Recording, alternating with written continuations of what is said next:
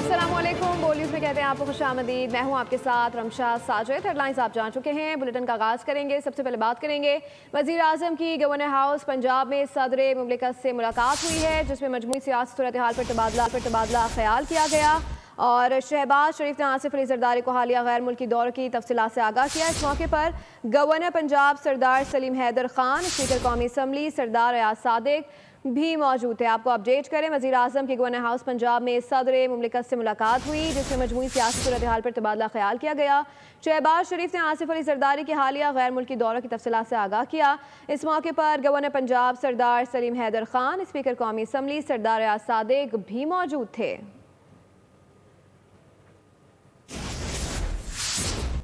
और अब ये जानिए, पाक भारत कशीदगी के तनाज़ुर में पाकिस्तान का मौक़िफ़ आलमी सतह पर पेश करने का मिशन है। चेयरमैन पीपल्स पार्टी बिलावल भुट्टो जरदारी वफ़द के हमरा न्यूयॉर्क पहुँच गए हैं और कल वो अक़वाम मुत्तहिदा के सेक्रेटरी जनरल एंटोनियो गुतेरेस से मुलाकात करेंगे, जिसमें लाइन ऑफ कंट्रोल की सूरत हाल, मकबूजा कश्मीर में इंसानी हकूक़ की खिलाफ वर्जियाँ और भारतीय जारहाना अज़ाइम पर पाकिस्तान के तहफ़्फ़ुज़ात से आगाह किया जाएगा। पाकिस्तानी वफ़द न्यूयॉर्क में मुख्तलिफ अमरीकी थिंक टैंक्स, कांग्रेस के अरकान और पॉलिसी साजों से भी मुलाकात करेंगे, ताकि जनूबी एशिया में पायदार अमन के लिए पाकिस्तान का मौक़िफ़ उजागर किया जा सके। वज़ीर ख़ारजा बिलावल भुट्टो 5 जून को वाशिंगटन में मारूफ अमरीकी think tank middle east institute में होने वाली एक बैनुल-अक़वामी कॉन्फ्रेंस से भी खिताब करेंगे। पाकिस्तानी वफ़द में वफ़ाक़ी वज़ीर मुसद्दिक़ मलिक, सेनेटर शहरी रहमान, साबिक़ वज़ीर ख़ारजा हिना रब्बानी खर और जलील अब्बास जिलानी, साबिक़ सेक्रेटरी ख़ारजा तहमीना जंजुआ और खुर्रम दस्तगीर खान शामिल हैं।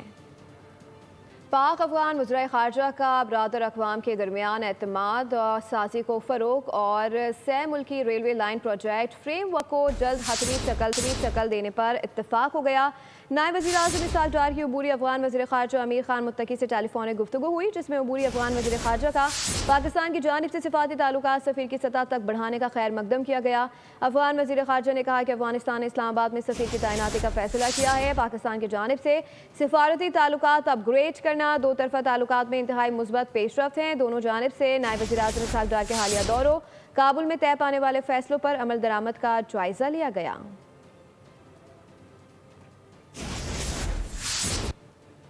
Chairman joint chiefs of staff committee general Sahir Shamshad Mirza ने कहा है कि जनूबी एशिया में तनाज़ात किसी भी वक्त ख़तरनाक हो सकते हैं। तनाज़ा कश्मीर समेत कई बुनियादी मसाइल हल तलब हैं।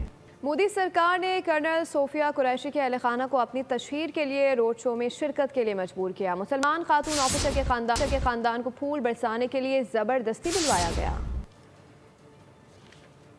आम आदमी से लेकर फौजी तर्जुमान तक हिंदुस्तान में कोई मुसलमान खानदान महफूज नहीं। कर्नल सूफिया कुरैशी के खानदान को मोदी रोड शो में फूल बरसाने का हुक्म दिया गया। कर्नल सूफिया की बहन ने बताया, लोकल कलेक्टर ऑफिस से हमें कॉल करके बुलवाया गया। इससे कबल बीजेपी कर्नल सूफिया पर सिर्फ मजहबी शनाख्त की बुनियाद पर बेबुनियाद इल्जामात भी लगा चुकी है। मुसलमान ऑफिसर की पेशा वाराना खिदमात के बावजूद मजहबी तासुब के बायस इसे दहशतगर्द की बहन करार दिया गया। मुसलमान ऑफिसर की हुब्बुल वतनी को शक की निगाह से देखना बीजेपी की हिंदुत्वा नजरिए की अक्कास है। मोदी सरकार का कर्नल सूफिया के खानदान को तकरीब में नुमाइश के तौर पर बुलाना शर्मनाक अमल है। Defence staff general Anil Chauhan ने इंकशाफात में मोदी हुकूमत की दिफाई हिकमत अमली पर सवालिया निशान लगा दिए। भारतीय चीफ ऑफ डिफेंस के इंकशाफात पर कांग्रेस के सदर ने ऑपरेशन सिंदूर पर सवालात उठा दिए। भारतीय defence chief general Anil Chauhan के एतराफ़ के बाद सवाल उठने लगे हैं। सीनियर भारतीय सहाफ़ी रवीश कुमार ने भी पूछ लिया कि राफेल तैयारे गिरने का सर्ज अब सामने आ जाना चाहिए, आखिर कब तक इतनी बड़ी बात पर पर्दा रखा जाएगा। इंडियन नेशनल कांग्रेस के चेयरमैन बराए मीडिया पवन खेरा ने ऑपरेशन सिंदूर और मोदी की नाकामी पर सवाल उठा दिए। पूछा कि आपकी खारजा पॉलिसी कहाँ है? पाकिस्तान तो आलमी सतह पर कामयाबियां समेट रहा है। कुवैत ने पाकिस्तान पर वीज़ा पाबंदियां ख़त्म कर दी। कोलंबिया पाकिस्तान के साथ खड़ा है। बताएं कौन सा मुल्क आज भारत के साथ खड़ा है? भारत के लिए अफसोसनाक लम्हा है कि रूस भी पाकिस्तान के साथ मुआहदे तय कर रहा है। चीन और रूस पाकिस्तान के साथ खड़े हैं और अमेरिका भी भारत को धमका रहा है। मोदी की खारजा पॉलिसी या मुल्क की सिक्योरिटी पर सवाल उठाओ तो गद्दार करार दे दिया जाता है। भारत की सिफारती और खारजा पॉलिसी पर सवाल उठ रहे हैं जो कि उठने चाहिए। और नाज़रीन, भारतीय अवाम मोदी सरकार की नफरत की सियासत के खिलाफ एक ज़बान हो गए हैं। कहते हैं कि ऑपरेशन सिंदूर की आड़ में मोदी के सियासी ड्रामे को समझ गए हैं। मोदी सरकार हर इलेक्शन में हिंदू मुस्लिम कार्ड खेलती है, नफरत का कारोबार करती है, मगर अवाम अब मोदी सरकार की नफरत की सियासत से बेजार हो चुके हैं। और आगे बढ़ते हुए आपको बताएं कि तनख्वाहदार तबके के लिए टैक्स की शरह में कमी की हुकूमती कोशिशें। IMF के साथ टैक्स शरह में कमी का इम्कान है। 60 अरब रुपए के खला को पूरा करने के लिए FBR को इकदाम तजवीज़ करना होंगे।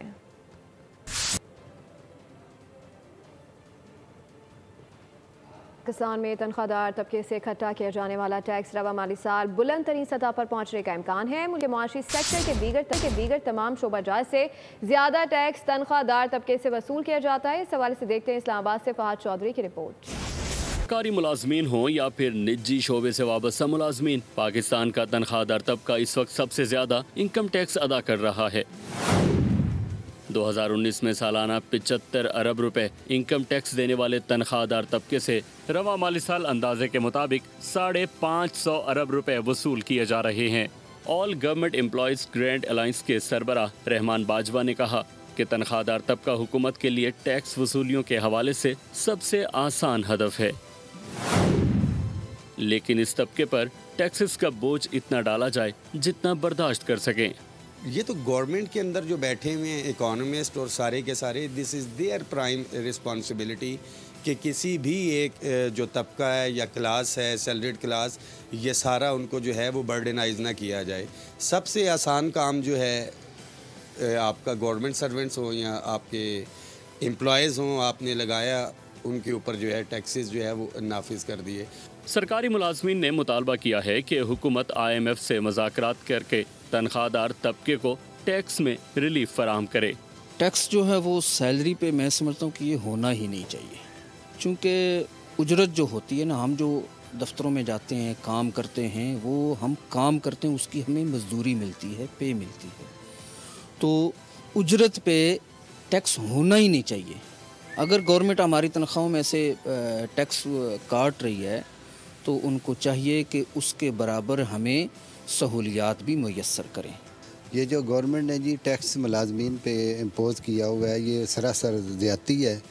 ये टीचर पे 25% रेट था वो इन्होंने ख़त्म किया है, वो बड़ा जुल्म है। सैलरी क्लास पे टैक्स एक्चुअली होना ही नहीं चाहिए। टैक्स तो बिज़नेस पे होना चाहिए, जो लोग बिज़नेस करते हैं वो टैक्स दें। सैलरी क्लास तो अपनी उजरत लेता है। सरकारी ज़राए के मुताबिक आइंदा माली साल के बजट में हुकूमत की कोशिश है कि IMF को तनख्वाहदार तबके की इब्तदाई स्लैब्स पर रिलीफ देने के लिए रजामंद किया जाए। सरकारी और निजी शोबे से ताल्लुक़ रखने वाले मुलाजमीन का मुतफ़िक़ा मुतालबा है कि हुकूमत तनख्वाहदार तबके पर टैक्सों में कमी लाए और दीगर शोबाजात को टैक्स नेट में शामिल किया जाए। कैमरामैन शबीर अहमद के साथ फहद चौधरी, बोल न्यूज़, इस्लामाबाद। अज़ा में अब सिर्फ 5 रोज़ बाकी हैं और आज ईद से कबल है आखिरी इतवार। कोई जानवर ख़रीदने के लिए आया है या फिर खूब कोई जानवर अगर ख़रीद के लिए आया है तो उसकी खातिर मदारत कर रहा है।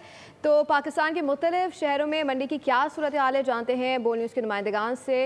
हमारे साथ मौजूद है कराची से मोहम्मद काशान, इस्लामाबाद से हमें ज्वाइन किया है मलिक सईद ने, लाहौर से हमें ज्वाइन कर रहे हैं अफजाल अब्बासी और फैसलाबाद से हमें ज्वाइन करेंगे गुलाम दस्तगीर। सबसे पहले रुख करेंगे काशान का। जी काशान, बताएगा कराची में क्या सूरत हाल है मंडियों की और इस वक्त आप इतवार का रोज़ है, क्या देख रहे हैं? आज बिल्कुल देखें, ईद उल अज़हा से कबल आज आखिरी इतवार है जिसमें शहरों की बड़ी तादाद में मवेशी मंडियों का रुख कर लिया है। इस टाइम में मैं आपको रिपोर्ट कर रहा हूँ लियारी मवेशी मंडी से। इस मंडी में क्या भाव ताव चल रहा है वो हम व्यापारियों से भी बात करेंगे। अस्सलाम वालेकुम सर। अच्छा ये बताइएगा कि कितना आप मवेशी यहाँ पर लेकर आए थे, कितना माल अब तक बिक चुका है आपका? हम 55 दाने लाए थे, 15 दाने खड़े, 40 माल थे। अच्छा सर ये बताइएगा क्योंकि हर साल चारे के रेट यही होते हैं, तमाम चीज़ें होती हैं, पर जानवरों की कीमत में इजाफा क्यों हुआ है? जानवर की कीमत में इजाफा होगा ना, पीछे से जब जानवर महंगा है तो जानवर की कीमत में इजाफा ही होगा। अब कट्टू देख ले, अब गोश्त कहाँ था कहाँ पहुँच गया। तो ये पिछले साल 1000 रुपए किलो था, इस बार 1400 रुपए किलो, 400 का फर्क आया ना, तो इसमें भी फर्क ही उसी हिसाब से फर्क आएगा। चारा भी कितने रुपए किलो मिल रहा है? जो चारा तो वही रेट है, चारा जो पहले ले रहे थे वही रेट ले रहे हैं। चारा ये जो तूड़ी है, तूड़ी मिल रही है 800 रुपए मन। जी बिल्कुल, आपने कहा कि ईद उल अज़हा में चंद ही रोज बाकी रह गए और ईद उल अज़हा से कबल आज आखिरी इतवार है, उसमें शहरियों ने बड़ी तादाद में जो मवेशी मंडियों का रुख करा है और हम देख रहे हैं कि मवेशी मंडियों में तेजी भी आ गई। व्यापारी भी यही कहते हैं कि आज सुबह से जो है काफी जानवर इनके बिक चुके हैं। मंडी में बड़े पैमाने पर जो है भाव ताव जारी है। जी ठीक है, मोहम्मद काशान हमारे साथ ही मौजूद रहेगा। इस्लामाबाद में मंडियों की क्या सूरत हाल है, जानते हैं मलिक सईद अवान से। जी मलिक, बताएगा क्या मनाजिर देख रहे हैं इस वक्त मंडियों में? जी बिल्कुल, ईद कुर्बान को चंद दिन रह गए हैं और इस हवाले वफाकी दारुल हुकूमत इस्लामाबाद में मुख्तलिफ जगहों पे मवेशी मंडियाँ लगाई गई हैं और इस टाइम हम मौजूद हैं बाटा चौक। यहाँ पर भी मवेशी मंडी लगाई गई है जहाँ पे बहुत ज़्यादा जानवर मौजूद हैं, लेकिन सबसे नुमाया जानवर यहाँ पे किंग ऑफ गुजर खान है, जो कि पूरे पाकिस्तान में मौजूद मंडियों को चैलेंज कर रहे हैं कि कोई हमसा हो तो सामने आए। आइए हम जानते हैं। अच्छा सर, ये बताइएगा किंग ऑफ गुजर खान की क्या प्राइस है और ये जो चैलेंज आपने किया है वो किस बना पे किया? ये इसकी प्राइस 60 लाख रुपया डिमांड है इसकी। इस जैसा जानवर पूरे इस्लामाबाद पिंडी में गुजर खान में किसी के पास भी अगर है तो सामने आए। इतना खूबसूरत जानवर इतने वेट में किसी के पास भी कोई जानवर नहीं है इस टाइम। अभी इसकी कीमत 60 लाख का जो है वो मुतालबा किया जा रहा है, डिमांड की जा रही है। दूध के अलावा मुख्तलिफ अशिया जो है इसकी वो खुराक हैं और यही कहना है कि पूरे पाकिस्तान में किसी भी मंडी में इस तरह। हमारे साथ ही मौजूद रहिएगा। अब रुक करेंगे अफजालाबाद से का। जी अफजाल, बताइएगा आपके पास क्या डिटेल्स हैं?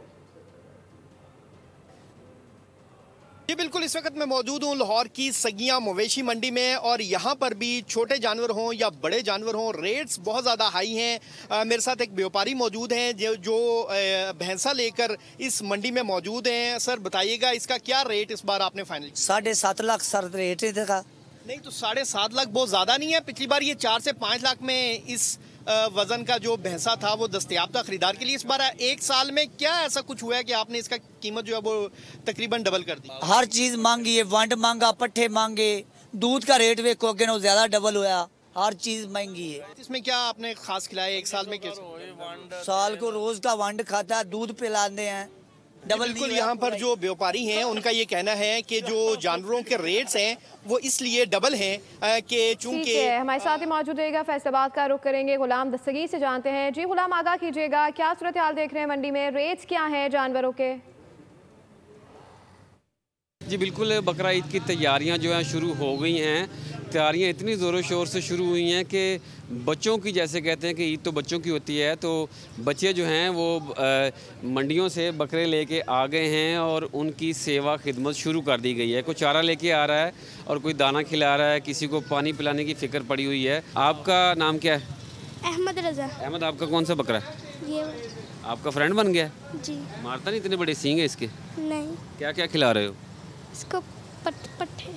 पट्टे खिला रहे हो, चारा खिला रहा है। जी आपका नाम क्या है? मोहम्मद मुस्तफा। आपका कौन सा बकरा है? ये वाला है। अच्छा, क्या खिला रहे हो? पट्टे। बकरों के साथ एंजॉय भी किया जा रहा है और उनकी सेवा खिदमत भी की जा रही है और इंतज़ार किया जा रहा है कि ईद उल अज़हा आए, तब तक जो है इनकी खिदमत सेवा जो है। मेहमानगान हमें अपडेट करे थे, आप सबका शुक्रिया। आगे बढ़ेंगे, बात करेंगे मौसम की। सयाती मकाम बाबूसर टॉप पर गुज़श्ता रात से बर्फबारी का सिलसिला जारी है, हर तरफ बर्फ़ की सफ़ेद चादर बिछ गई है। मई में भी मौसम शदीद सर्द हो गया है। बाबूसर टॉप पर अब तक 5 इंच तक बर्फ़ पड़ चुकी है, जिससे दर्जा हरारत में भी कमी आ गई। बर्फबारी के बायस इंतजामिया ने हिफाजती इक़दाम के तहत बाबूसर रोड को ट्रैफिक के लिए आर्जी तौर पर बंद कर दिया है। के साथ बुलेटिन से फिलहाल इतना ही। मज़ीद बाखबर रहने के लिए विजिट कर सकते हैं हमारी वेबसाइट boldnews.com। देखते रहिए बोल्ड। सब्सक्राइब करें और बेल दबाएं ताकि कोई खबर रह न जाए।